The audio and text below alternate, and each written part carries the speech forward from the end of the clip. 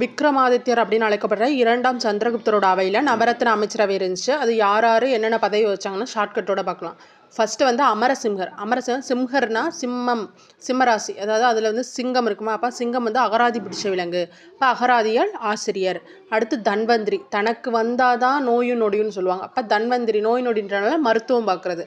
தன்வந்திரினா மருத்துவர். அடுத்து காகபானகர். காகபானகர்னா காக்கா வச்சு புதுசாக ஜோசியம் பார்க்குறாங்க. அப்போ காகபானகர்னா ஜோதிடர் அப்படின்னு அர்த்தம். அடுத்து சங்குனா சங்கு ஞாபகம் வச்சுக்கணும்.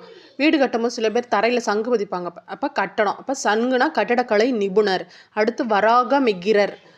வானத்தில் வந்து மழை வராமல் கம்மி இருக்குது அப்படின்னு. அப்போ அதை எதை பற்றி படிக்கிறதுனா வானியல். அப்போ வராகமிகிரர் வந்து வானியல் அறிஞர். அடுத்து வராச்சி. ஆச்சி, அதாவது அம்மாவோட அம்மாவை ஆச்சின்னு கூடுவோம். அப்போ ஆச்சி நமக்கு எல்லாம் சொல்லிக் கொடுப்பாங்க. அப்போ அவங்க வந்து ஒரு டீச்சர் மாதிரி. அப்போ இலக்கண ஆசிரியர் மற்றும் அவங்க வந்து சமஸ்கிருத புலவர் கூட. அடுத்து விட்டல் பட்டர். அந்த வேர்டே ஒரு வித்தைக்காரரோட வேர்டு மாதிரி இருக்கும். அப்போ வித்தைக்காரர்.